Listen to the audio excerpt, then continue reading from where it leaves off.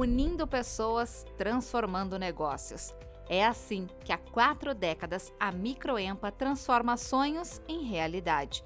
E tem como principal função reivindicar as causas dos micro e pequenos empresários caxienses e incentivar o cooperativismo e o associativismo. Com mais de 3.000 associados, a Microempa é considerada a maior do estado em representatividade de micro e pequenas empresas.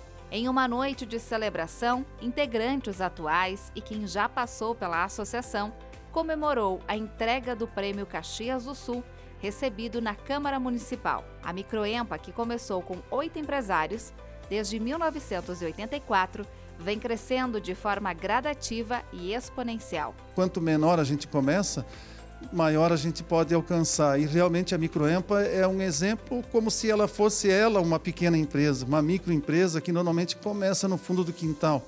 Então, a gente sabe que sozinho é muito difícil, mas em conjunto, quando se iniciou a Microempa há 40 anos atrás, foi realmente numa garagem.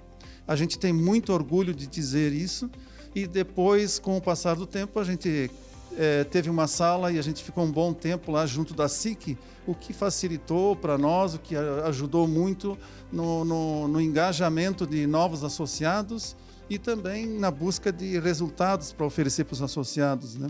A instituição, sem fins lucrativos, conta também com 15 núcleos setoriais que reúnem empresários a cada 15 dias para discutir soluções e compartilhar ideias.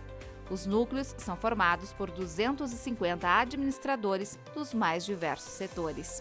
Os núcleos setoriais realmente são a força da Microempa, são 10% do total do número de associados, que são mais de 3.000 empresas associadas, 10% fazem parte desses núcleos. E os núcleos, sim, é uma oportunidade gigante que a Microempa tem em colaborar, em ajudar com essas empresas, porque são reuniões quinzenais e nessas reuniões existe muito troca de informações. Isso ajuda para o pequeno para que ele saiba que sozinho é muito difícil. Um dos pontos fortes da associação é o incentivo à exportação. Só em 2023 foram 157 empresas e mais de 41 milhões de reais.